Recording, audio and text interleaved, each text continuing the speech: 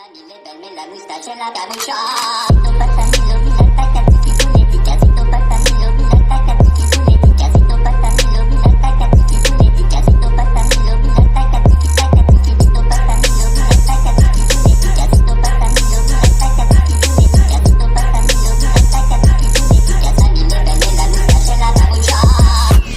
going on? This is your man John Fortune, your host of the Frustrated Fan Sports Show. And today, y'all, come on.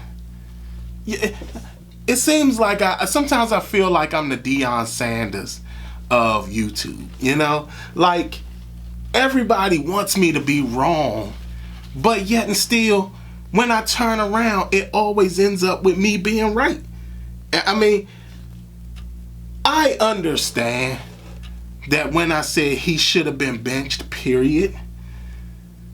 I don't know why some of y'all felt that I was talking about benching him for the year. No, he needed to be benched in the game. And some of the supporters, I think it was maybe about like 4 or 5, that really was like, no, I understand what you mean. It wasn't about benching Sam Howell forever. It was about benching him in the game. Okay? He needed to be benched. You know why? Because he needed to see how a veteran would react in a pressure situation. He did not have it there. His mind was speeding all over the place. And furthermore, sometimes y'all should listen to what the quarterback says. And I'm glad that I listen to everything, because you know why? And what I mean by that is that I listen to the press conferences. I listen to what they're saying, and I'm listening. I'm not just hearing, I'm listening. Just like some of y'all, what some of y'all should be doing. And I remember I used to tell my ex this all the time. You hear me, but you're not listening to me. And what I'm saying is that Sam Howell said it in his press conference after the game. Sam Howell said there was one protection where the line made the adjustment call on the protection, and I did not hear it. That tells, when a quarterback says that tells you where his mind was at the time. He wasn't even listening because he was so focused on, oh, what I gotta do now? What I gotta do next? What I gotta do next? So guess what? All those PFF numbers where it's like they credited the line with 5 of those sacks. We don't know how many of those sacks was protection changes to help Sam Howell, and his mind is running 300,000 miles an hour, and he just didn't catch the protection change. We don't know. But I can bet it was a lot of them. And Sam Howell admitted that. He admitted that in the press conference after the game, that the line made a protection change and he did not hear them. How far do y'all think Sam Howell is from the offensive line to not hear a protection change? He missed it. He missed it because his mind was racing 100 miles an hour. That's why he missed it. That's why he needed to be benched. He needed to be benched because he wasn't calm. He wasn't settled. He needed to relax. And another thing, for all those who sat up there and said that was a bad take and all this type of stuff, and look, it wasn't a bad take. It was the truth. You can't, look, sometimes you have to save players from themselves. And sometimes you don't show a player how to be better by keeping them in a high pressure situation when you see he's falling apart. What we saw in Sam Howell was a guy falling apart. Even if y'all go back and look at the game and look at his last interception, look at how he reacts after he throws it. He didn't even try to make a real legitimate effort in tackling Espinoza when he was running down the field to score the touchdown. He was falling apart. He fell apart, people. And the fact that Ron and the coaching staff didn't, let's not It can't be the whole coaching staff. Ron could have made the executive decision to just take him out. Hey kid, today ain't your day. We're gonna put Brissett in. Watch how he's calm under the pressure of this. And then let him work his magic. And then let him know, hey, look, you're not going to be benched the rest of the season. You're going to come back the next game. But I need you to see how you're supposed to be calm in a high pressure situation. Because let me explain to y'all what may happen in this upcoming Philly game. Understand that Sam Howell, he had his press conference today. Sam Howell may sit up there and say, oh yeah, I'm fine, it won't happen again and things like that. But y'all don't know how a player's mind operates after he done made that many mistakes in a game. Y'all don't know how much a player is analyzing all the time, over and over and over again. So guess what? All the complaining about him holding on to the ball in the Buffalo game and in previous games, guess what's going to happen in Philadelphia? Especially when he's in fear of throwing a pick. Not only that, the fact that he also understands that he can be having a disastrous game where he more than likely, he probably really needs to regroup himself, regroup his mind and everything like that, and the coaches will not pull him out. So understand that the interceptions can go from 4 in a game to 6 in a game.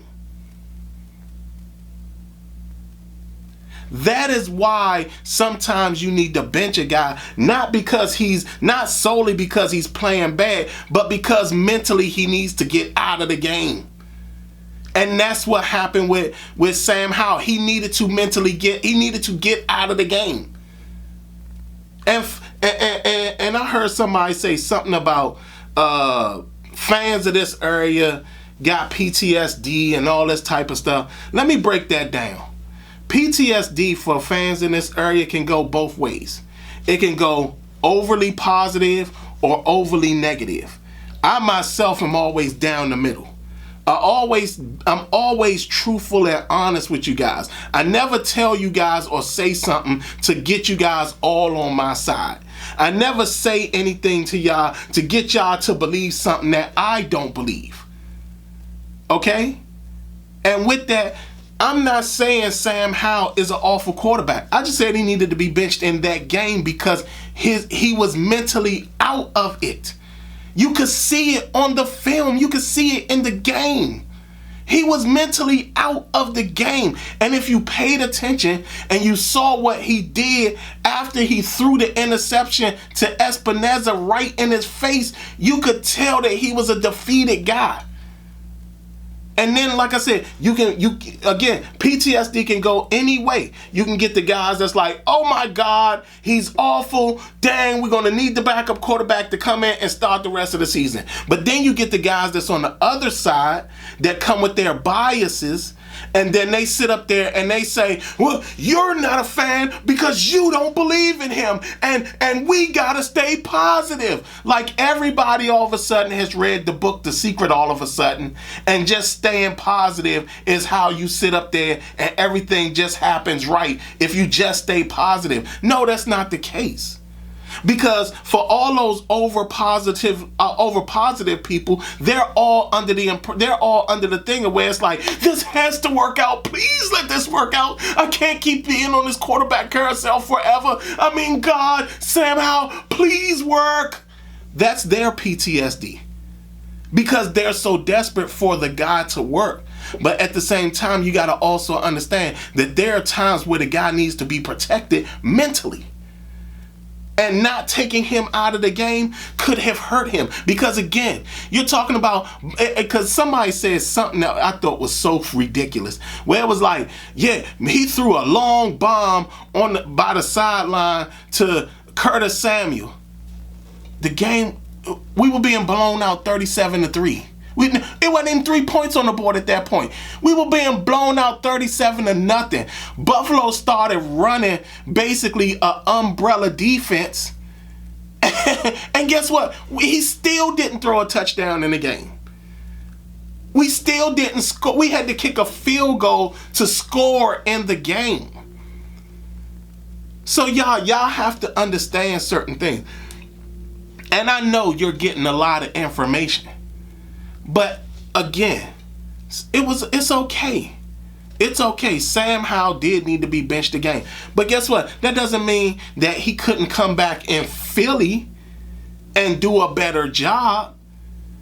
But he needed to see at how a veteran responds in a high pressure situation. He needed to see that. And guess what? The coaches did not take him out so he can sit on the bench and see how a veteran quarterback handles the pressure of a game that has gotten out of hand for him. He did not get to see that. He did not get to see Jacoby Brissett come in and probably operate a little bit.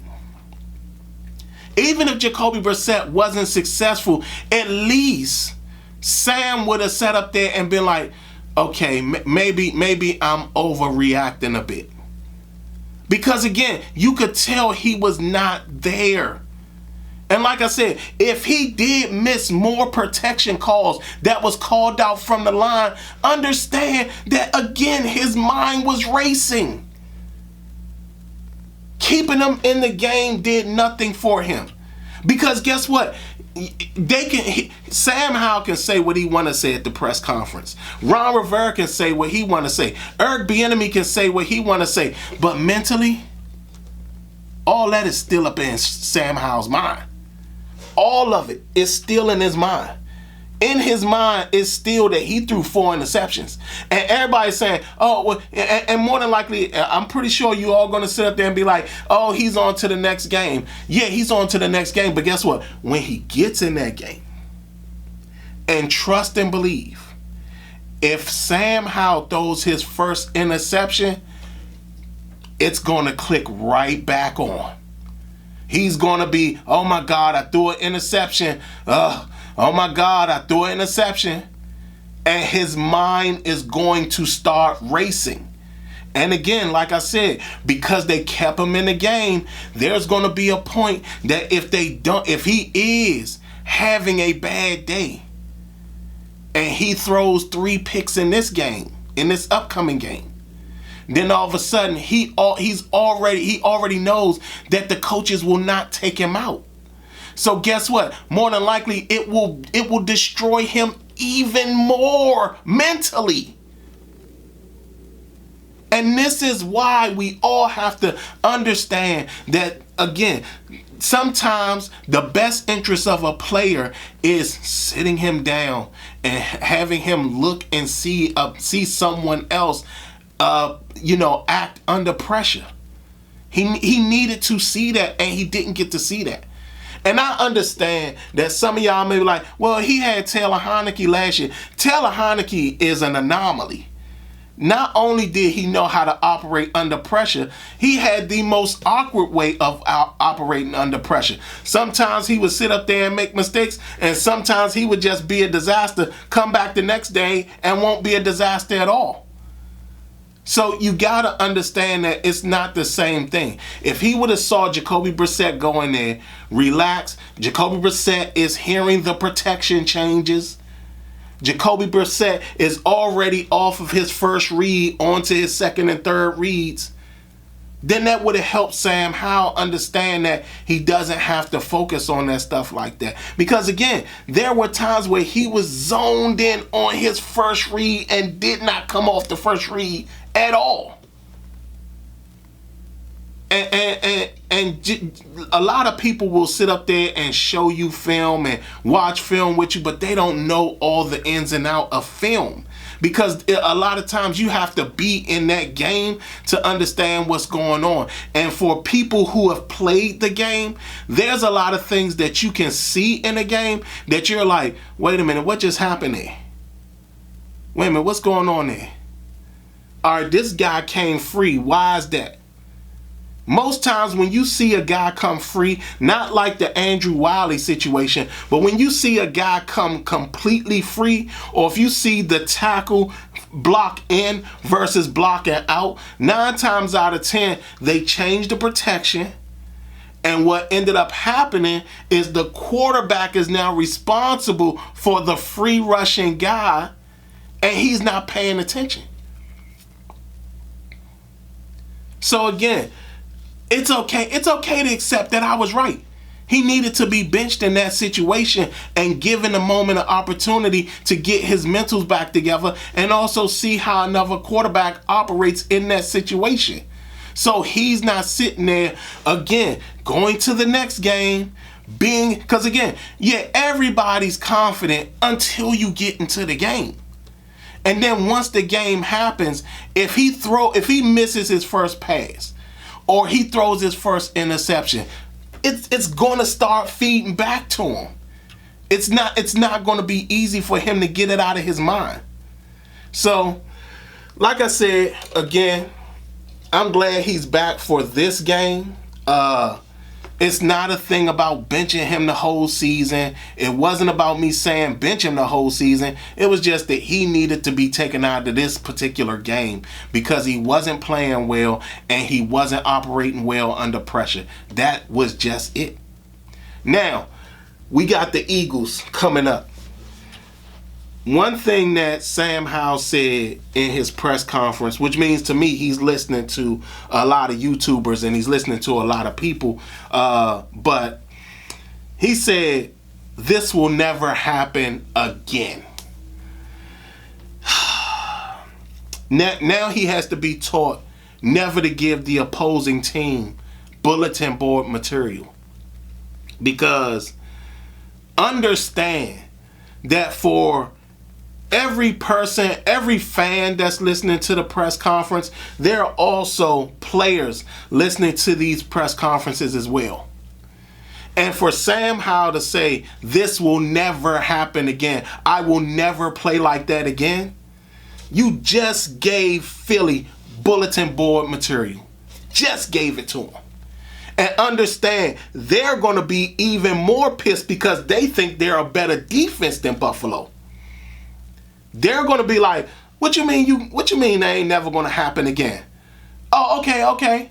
What, you going to throw for 300 yards on us or something?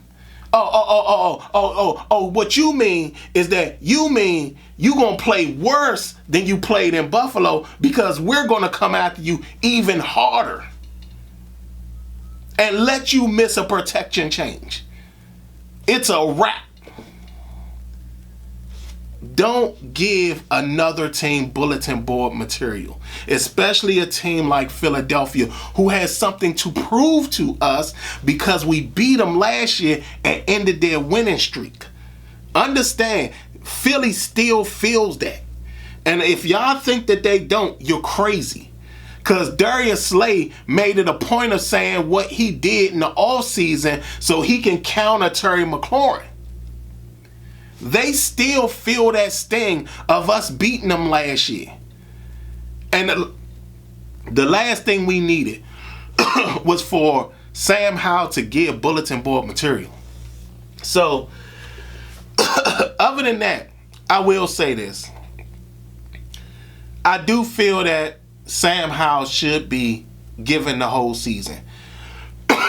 Just like I felt Dwayne Haskins should have got the whole season in 2020, but Ron made the effed up decision about that. And I do feel that there's times and points where you may have to sit up there and pull Sam to get him mentally recalibrated. Like, I'll say this. If Sam comes out and he's having a bad game in Philadelphia, yank him and then get him ready for Atlanta, which may not be as bad to face versus Philadelphia and Buffalo. Take him out, let him sit on the bench, tell him what he needs to do, tell him he needs to watch Jacoby Brissett, tell him he needs to sit up there and see what goes on and see what happens, and then get him ready for Atlanta. Don't sit up there and try to prove a point. Don't sit up there and try to say he needs the reps because he really didn't. Give him an opportunity to deal with that. Now, in the sense of like Eric Bieniemy and his play calling, look, y'all, Eric Bieniemy came from a situation where it was completely different. Understand, Sam Howell basically had the exact same path that Patrick Mahomes did. The exact same path. Patrick Mahomes came in on the last game of the season for Kansas City. Alex Smith was gone. Alex Smith got traded to us. Patrick Mahomes came in his first year of starting, went 12-4, was league MVP, offensive player of the year, and made the Pro Bowl.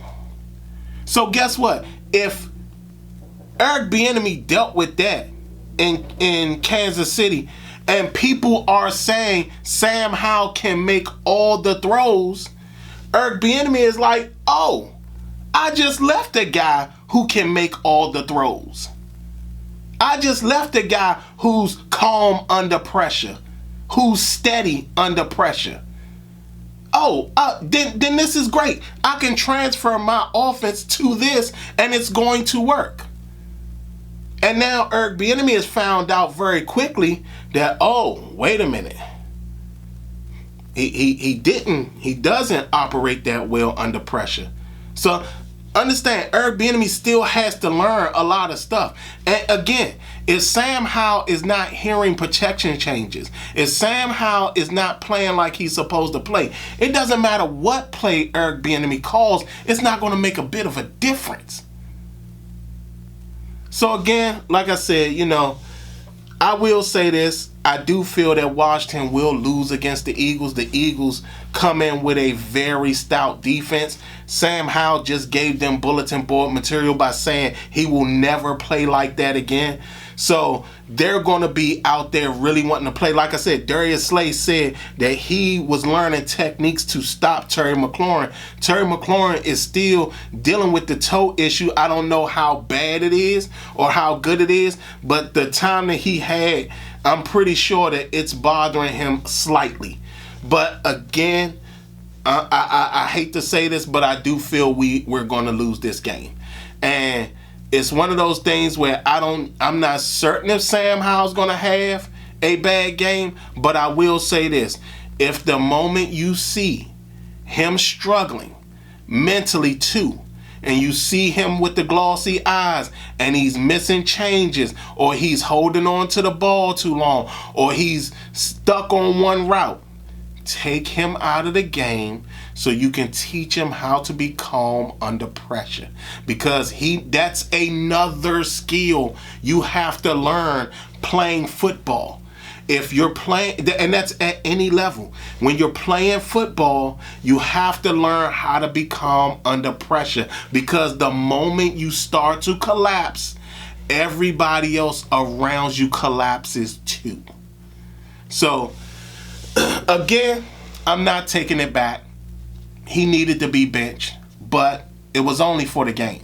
It wasn't for the season. I do feel he still needs to get the season. Not only that, y'all, don't be so emotional about it.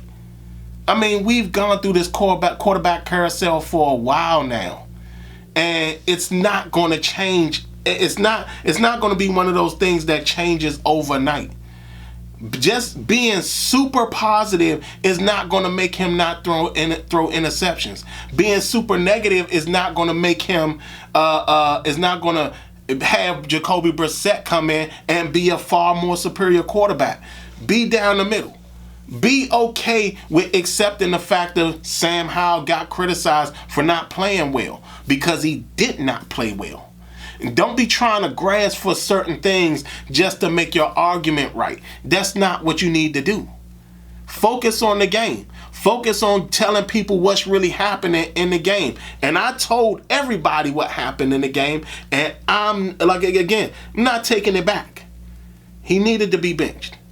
But y'all tell me what y'all think. Do y'all feel we're going to beat Philadelphia? Do y'all feel that y'all understand Sam Howell? Maybe most of y'all will go back and watch his press conference after the game to see even more, him acknowledging even more his mistakes that he made during the game.